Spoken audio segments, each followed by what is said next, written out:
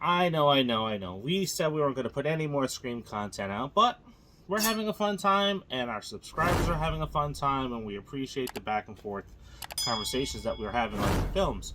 So we're going to start with a little news.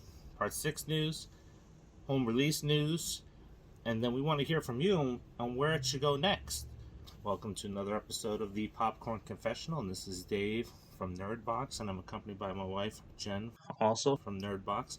And on this episode, we are going to talk about some news on Scream's home release and Part 6. So fire up that Jiffy Pop and meet us in the booth.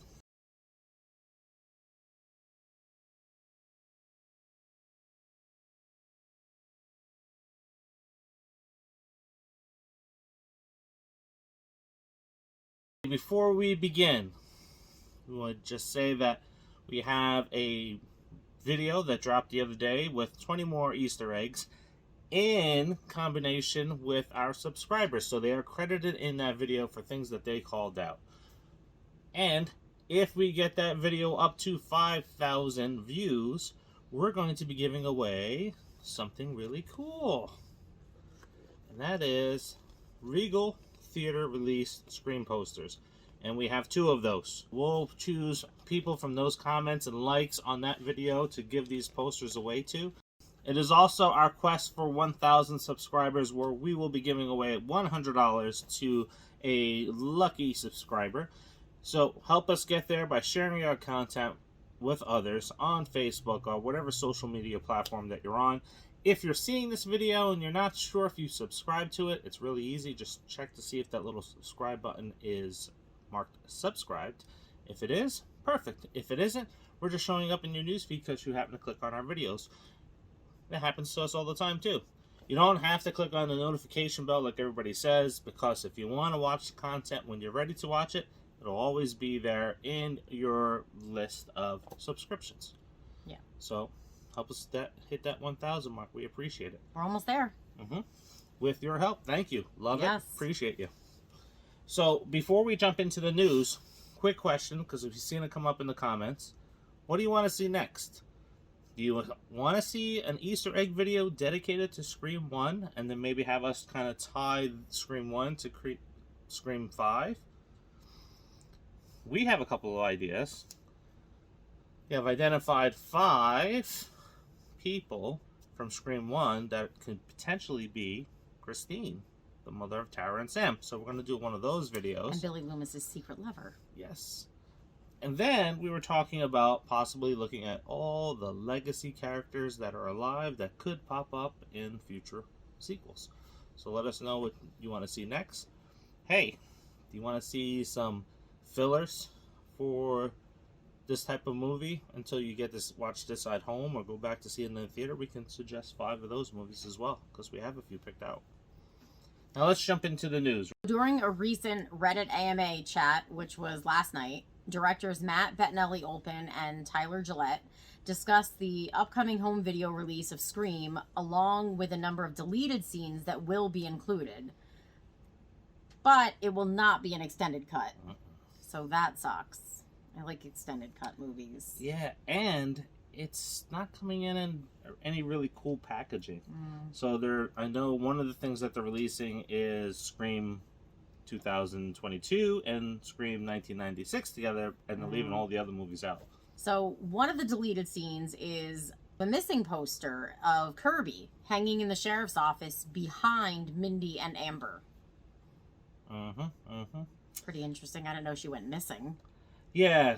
That's a weird angle. It is a weird angle, and I know they said in this Reddit conversation as well that when they created the YouTube page, that's when they started adding all the Easter eggs in. So almost kind of contradicts the deleted scene. So good thing that they left that out. Yeah, because you can't have like an interview with this survivor girl and then she's missing. I'm still bummed that there's no special packaging or case for this movie to come out. Earlier this week or last week, Tyler was talking about the possibility of Scream 6. And his quote was, "We know that guy and Jamie have a really great idea for where this saga goes." And I can say that we had such an amazing time making this one from start to finish. It was just like a dream come true. And if they have us back, we do it in a heartbeat. First, these are the same two guys that did Ready or Not. If you have not seen that with Samara Weaving, go check it out. It is an amazing film. And what do you think? Did these guys do the franchise justice? Did they do West justice? Should they come back for it? Just because it's making money doesn't mean we'll get a Scream 6. You know, I think back to Freddy vs. Jason. That made a ton of money too, and it went nowhere. Yeah. Nev Campbell spoke with Hollywood Reporter recently, and she said it's down to the strength of the story. She said she wouldn't want to do it unless the script is good, and it would be hard.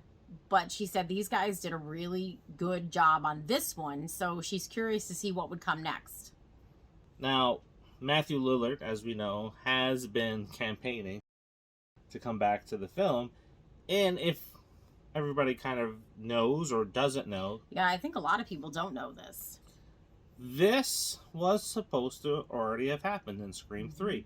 And if you have been lucky enough to get out to a convention where he is at and meet him and talk to him, he'll actually will tell you about this story as well. So originally the plan for Scream 3 was that the killings were going to take place. It was going to be done by almost like a cult of high school kids. Yeah. And the big reveal would have been that he was masterminding it from prison.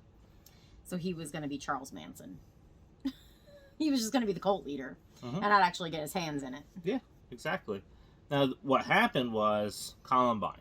So that occurred, and they didn't want to include teenage killings in it anymore, so they had to come up with a different story, which changed a few times as well.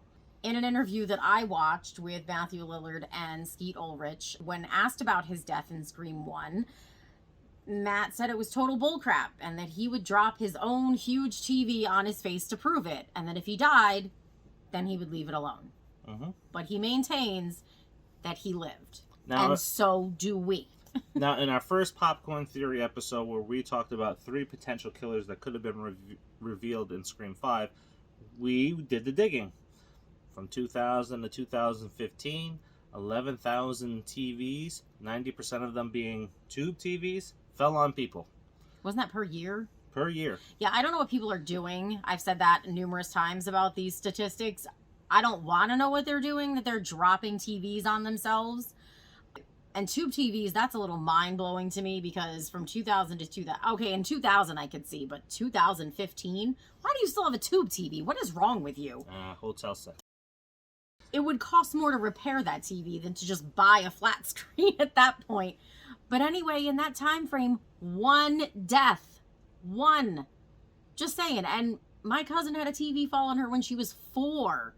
And she was fine. She survived. So what's to say that this 18-year-old full-grown man can't survive a TV falling on him, especially when he put his hands up to brace it? He's alive. Team Stu. So here is, we look at maybe the money and versus the historical horror franchises that are out there. You know, because if you look at it, Friday the 13th, Nightmare on Elm Street, Saw, Paranormal Activity, they've gone down the same path. So a lot of those movies either made the most amount of money in their first film or slightly peaked afterwards, and then they were on a steady decline. The formula never really changed. So here we are with Scream. We have 5 Scream movies.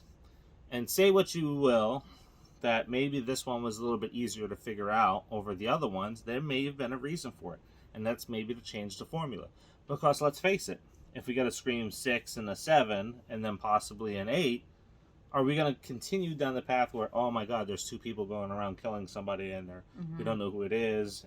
And, you know, it gets to be tiring after a while. So I think this film kind of elevated it. Yeah. And currently, as of today, $88 million. On a $24 million budget. Yes. And so... Scream 4 made 95. Maybe hit 100 million with this one. Yeah. So, let us know what you think. Should they change the formula up? Should they go with the theory that we talked about last week with how Stu and Billy are reunited in the next film. If you haven't seen it, you don't know what I'm talking about, just go take a look at a couple episodes back. I also think bringing Stu back would be a really good plot twist. I think that the next one needs a really good plot twist.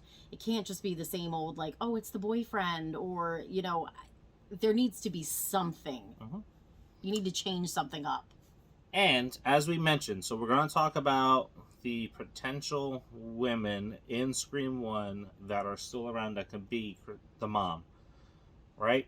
If you've seen something out there and you have anything that you've caught Easter egg wise for that, or maybe even Scream 1, let us know in the comments here, because we'll credit you in the video, right? Because if we're all engaging on YouTube and you're pointing out some great facts, I'm not going to steal the credit. She's not going to steal the credit for it. We'll give it to you. So, let us know in the comments. And as always, keep on liking and keep on subscribing, because we are almost there. We're almost there. And turn on the notifications or don't. We don't, so you don't have to. And share. If you keep on sharing, then more people can subscribe, and then we can keep bringing you more content. And we can give you some money. Yeah. And then we can go for the target of 5,000. And I can give out the money that I really want to give out. Stop giving out our money. It's fun. Okay. It's not fun.